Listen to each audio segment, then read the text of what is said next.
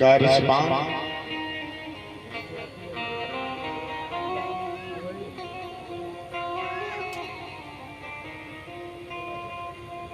जो आज की कथा प्रसंग अमृत की कथा है। कल ज्ञान भक्ति और वैराग्य कथा प्रसंग आपने जाना कि ज्ञान भक्ति और वैराग्य कहां से आया।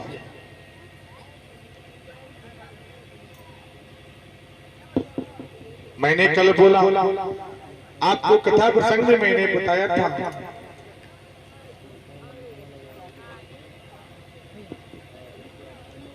जब नारद जी संसार की कल्याण हेतु सोचते हैं, जब संसार भ्रमण के लिए निकले तो उन्होंने देखा क्या कि एक अबला स्त्री जो थी वो विलाप कर रही थी।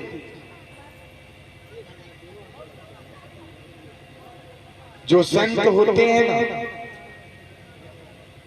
जो ऋषि होते हैं, संत होते हैं, वो स्त्री के पास कदापि नहीं जाते। नारद जी ने देखा क्या वो स्त्री विलाप कर रही थी, रो रही थी। नारद जी ने बोला क्या आपका नाम क्या है। उन्होंने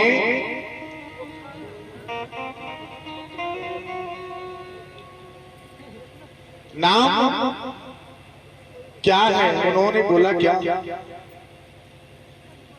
मेरा नाम क्या है, भक्ति है, और एक दो मेरे पुत्र हैं जो जीवन की अंतिम सांस ले रहे हैं। कौन? ज्ञान और वैराग्य। जो अपने जगह अपने नगर में देखा जाए तो भक्ति क्या है, नहीं है। भक्ति लुप्त हो गया, ज्ञान नहीं है। ज्ञान होने से भक्ति नहीं होता, भक्ति श्रद्धा से होता है, वैराग्य से होता है। जो तो 4-3 घंटे के लिए मावा गुटखा तंबाकू को परित्याग नहीं कर सकता, वो काम क्रोध मोह और लोभ को कैसे छोड़ सकता है ना। नारद जी ने जाना ये जीवन की अंतिम सांस, उनका जन्म कहां हुआ था। जो अच्छे जगह पे जहां पे भक्ति की मार्ग, भक्ति की सबसे पहले प्रधानता था,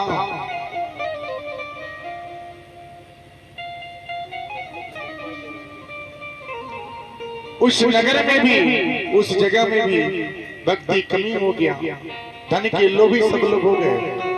धन हो जाने से भक्ति नहीं होता। आप लाखों कमाएं, लाखों देखें, उससे भक्ति नहीं मिलता। भक्ति मिलता है किससे? वैराग्य से, भगवान जी का शरण में आने से। बहुत ही कठिन है।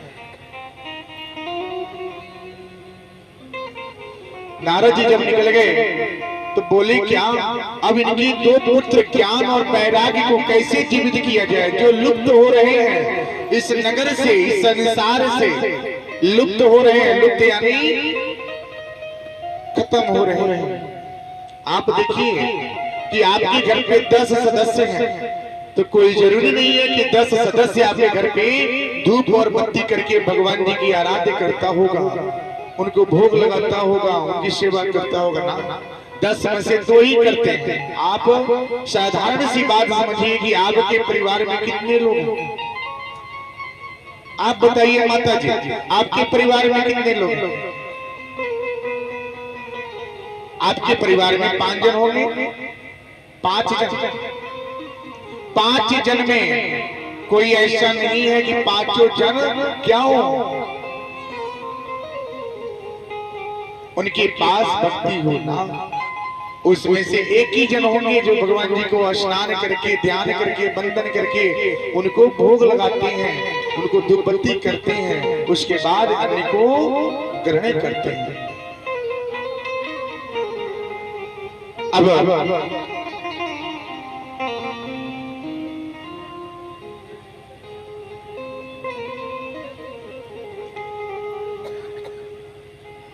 वही लुप्त ज्ञान को नारद जी ने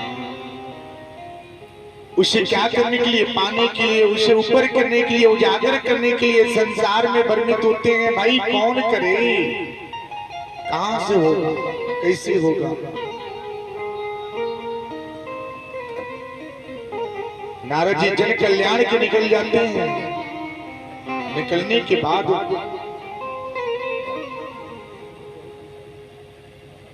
और ऋषि महात्मा के पास जाते हैं, ऋषियों के पास जाते हैं और इसका मार्ग ढूंढते हैं। मार्ग क्या है पता चलता है।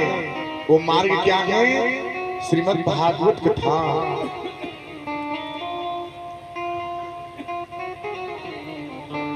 श्रीमद् भागवत कथा वो मार्ग है जहां पे श्रीमद् भागवत कथा का रसपान होता है ना, वहां पे ठाकुर जी विद्यमान होते हैं।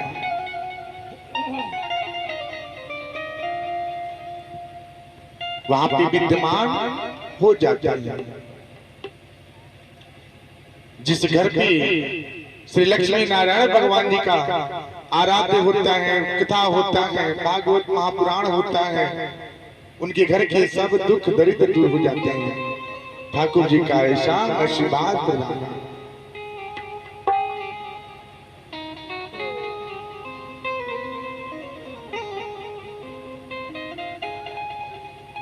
वही एक बार श्री लक्ष्मी नारायण भगवान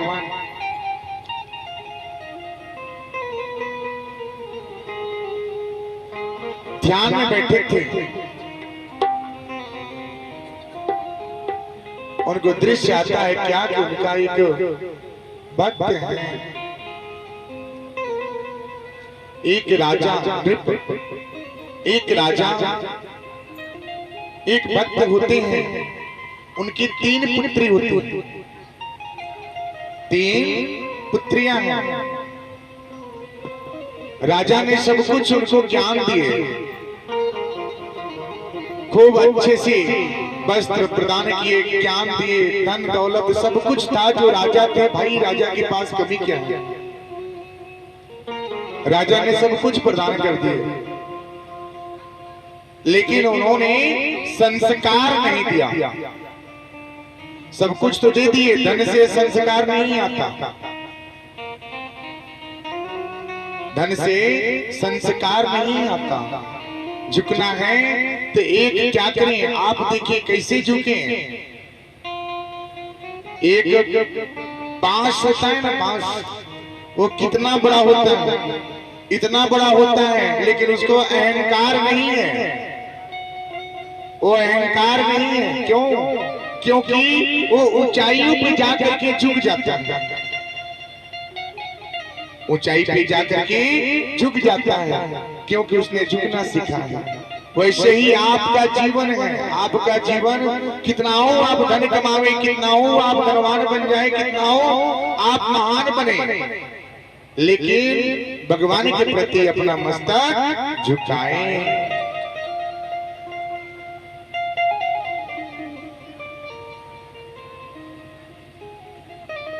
अब राजा ने संस्कार तो दिए नहीं।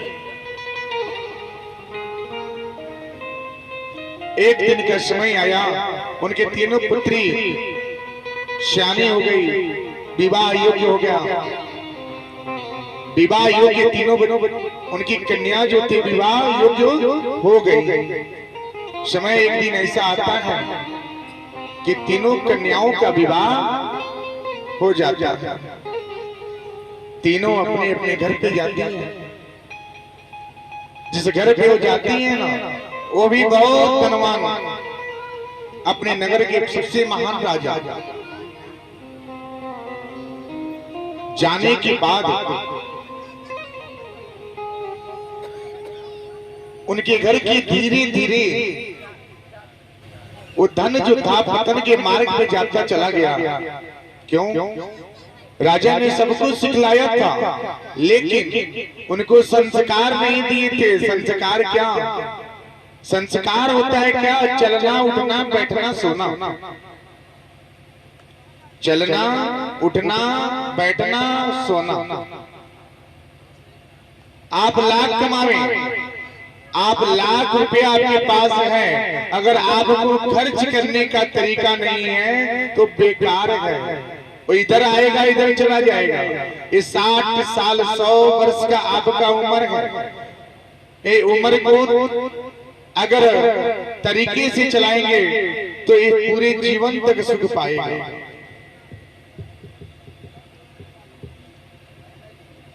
चलना, उठना, सोना और बैठना, इनकी कमी, इनकी 3 पुत्रियों में कमी था।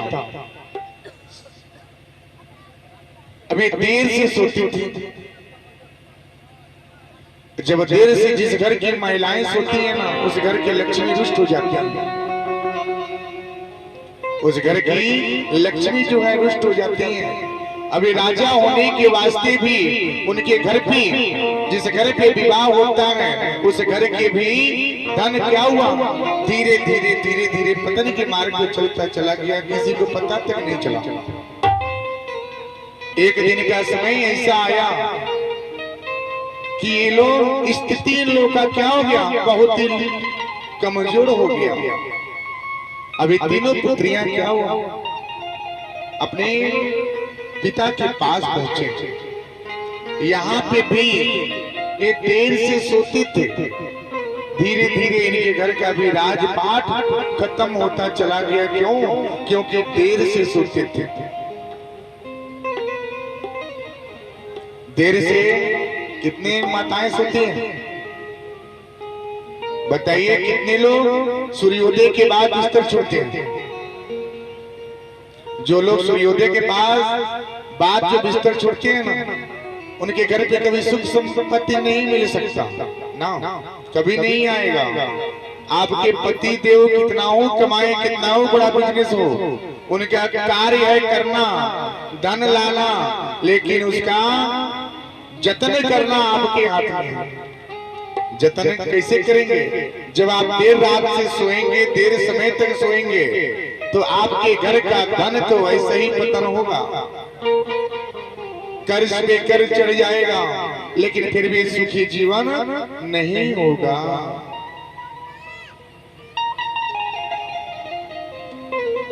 शास्त्र में 5 स्नान है। 5 स्नान स्त्रियों के लिए बनाया गया है और पुरुषों के लिए भी 5 स्नान बनाए गए हैं।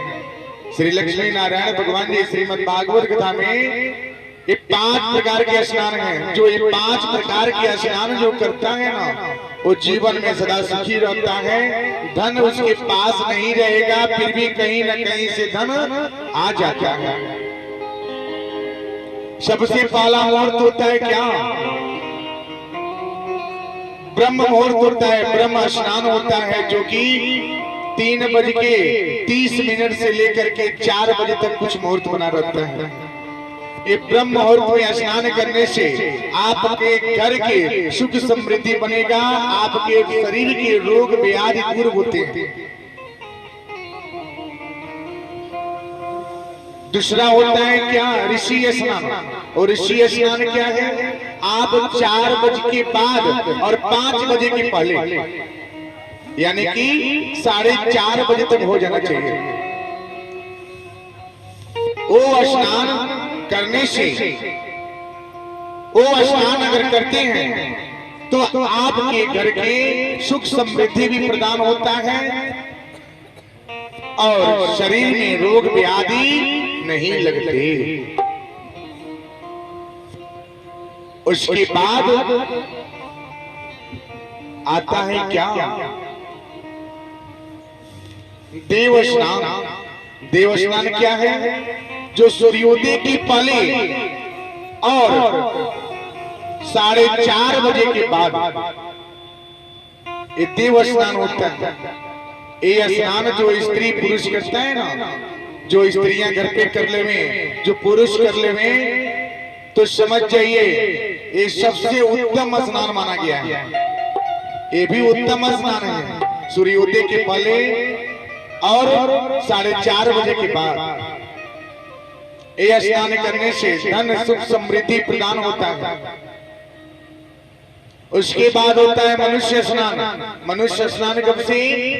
8 बजे के पहले और सूर्योदय से बाद और 8 बजे के पहले जो व्यक्ति स्नान करता है उसका जो नकारात्मक शक्तियां जो है ना वो शरीर से दूर जाता है और जो एनर्जी है ना सकारात्मक एनर्जियां जो है बना रहता है।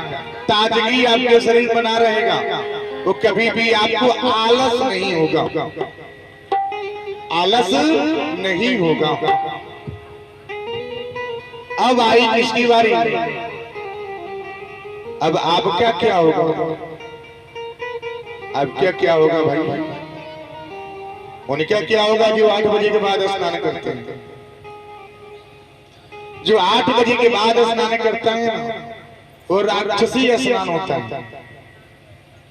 और राक्षसी स्नान होता है वो स्नान जो व्यक्ति करता है, जो स्त्रियां करती हैं, वो रोग व्याधि से जूझ जाती हैं, उनका शरीर आलस से भर जाता है, सुस्ती बना रहता है, कहीं बैठे रहेंगे झपकी करते रहेंगे, झपकी मारते रहेंगे, दिन भर ऐसा लगेगा कि रात में आपको नींद मिला ही नहीं है। पूरे दिन में आपको झपकी आएगा, आलस बना रहेगा, ताजगी शरीर में नहीं रहेगा, रोग व्याधि ज्यादा होगा। जो 8 बजे के बाद स्नान जो स्त्रियां करती हैं उनके लिए ये उत्तम नहीं है, ये नाश की करी है। तो जो माताएं अगर आप देव स्नान कर लेती हैं, यानी कि सूर्योदय के पहले जो स्त्री स्नान कर लेवे उस घर में कभी दरिद्रता नहीं आता, धन धान्य सुख समृद्धि हमेशा बना रहता है। कितने लोग स्नान करते हैं मेरी मैया बताइएगा? कितने लोग हैं जो सूर्योदय के पहले स्नान कर लेते हैं? सब लोग कर लेते हैं, बहुत अच्छी बात है। सूर्योदय के पहले जो स्नान हो जावे सबसे उत्तम स्नान होता है। और एक प्रक्रिया इसका और है, सूर्योदय के पहले जो स्नान करे ना तो उस समय सूर्य देव को जल देने से आपके घर की अगर मुकदमा अगर चल रहा है, विवाद चल रहा है, अगर विवाद से आप उलझे पड़े हुए हैं तो आप रोज प्रतिरोज कीन करके 37 दिन अगर ब्रह्म मुहूर्त में स्नान करें और गुड़ मिला करके तांबे के लोटे में जल भरिए, गुड़ मिलाइए, गुड़ मिला करके भगवान जी को सूर्य देवता को अर्घ दीजिए। 37 दिन के अंदर आपके बंधन टूट जाएगा, कुछ न कुछ निर्णय मिल जाएगा मेरी मैया। लेकिन करेगा कौन? आलस लग जाता है कि सुबह इतना कौन उठेगा, इससे अच्छा है कि हम आराम से उठेंगे। तो ऐसा न करें, ऐसे लक्ष्मी रूठ जाती हैं, और जब रूठ जाती है ना तो मनाने में बहुत समय लगता है। तो आप मना करके रखें, लक्ष्मी जी को रुष्ट न होने दें, क्योंकि स्त्री जो है वो लक्ष्मी स्वरूप है। जिस घर में स्त्री का कदर नहीं है वो घर नहीं होता, उस घर में तो दरिद्रता बना रहता है। क्योंकि जिस घर में स्त्री का अपमान होता है, जिस घर में स्त्री का मान सम्मान नहीं होता, जिस घर में स्त्रियों का दुर्व्यवहार होता है, उन पे दंड दिया जाता है, उस घर में कभी सुख शांति नहीं मिलता। लक्ष्मी जी रुष्ट हो जाती है। लक्ष्मी जी को पाने के लिए, उस लक्ष्मी को पाने के लिए आप कहाँ जाते हैं? दिल्ली, बम्बई, गुजरात, आप चेन्नई, मद्रास, कहाँ तक आप ठोकर खाते हैं, पीड़ा उठाते हैं, शरीर को तकलीफ देते हैं। उस लक्ष्मी को पाने के लिए, जिस लक्ष्मी को पाने के लिए आप दूर दूर जाते हैं ना, वो साक्षात लक्ष्मी आपके घर पे है। उसका मान सम्मान कीजिए, उनका कदर कीजिए, आपके घर पे लक्ष्मी सदैव बरसेगी। अब वही लक्ष्मी नारायण भगवान बता दिए। एक दिन लक्ष्मी नारायण भगवान ने उस राजा के पास एक ब्राह्मण रूप में आए, बोले क्या? राजा ने बोले महाराज कोई ऐसा उपाय बताइए कि हमारा सब संपत्ति लुप्त हो जा रहा है। लक्ष्मी नारायण भगवान जी ने तीनों पुत्रियों को बुलाए और बोले कि जितना कमियां है ना ये 3 पुत्रियों में है, क्योंकि इनके इर्द गिर्द जो है ना नकारात्मक शक्तियां भ्रमित हो रही हैं। जहां नकारात्मक शक्तियां होती है ना, वहां पे सुख समृद्धि नहीं मिलता, धन संपदा नहीं मिलता, धन की प्राप्ति नहीं हो पाता।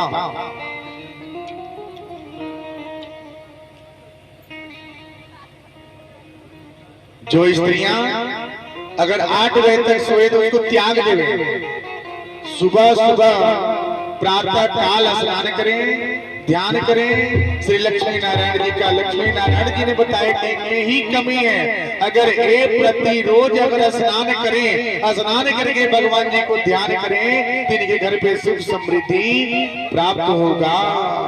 वही लक्ष्मी नारायण जी ने साधु के रूप में आकर के बता के चले गए। अब ये तीनों पुत्री अपने अपने घर पे गए और जाकर के प्रातः की बेला में स्नान करते चले गए।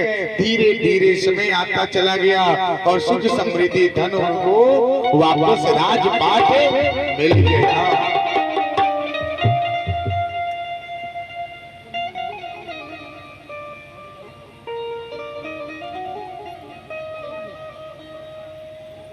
मिलती है प्रभु जी की,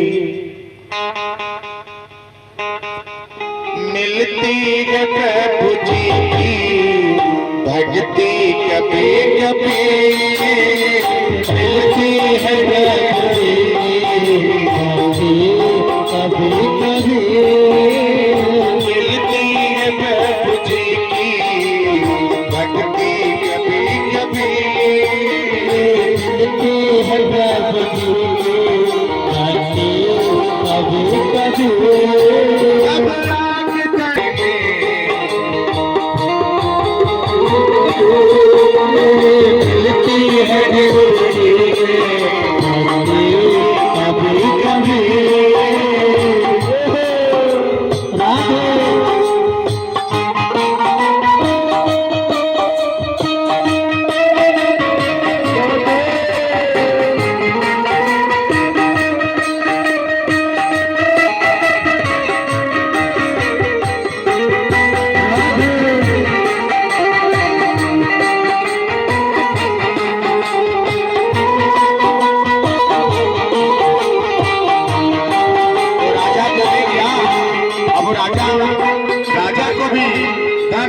सुख समृद्धि प्रदान होने लगा। वापस सारी धन सुख समृद्धि मिल गया।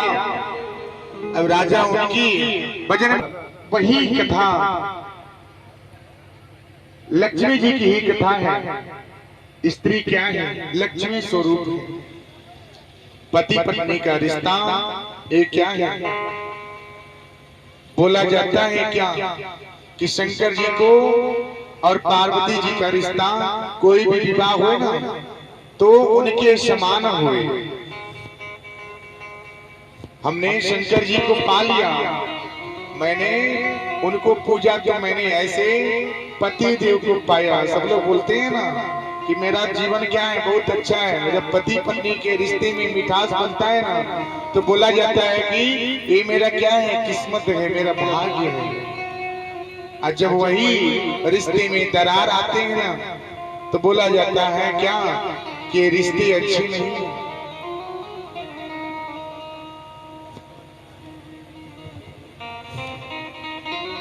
प्रेम ऐसा होना चाहिए कि आपस में कभी क्या हो, टकरार की भावना न उत्पन्न हो। राजा दक्ष की पुत्री थी कौन?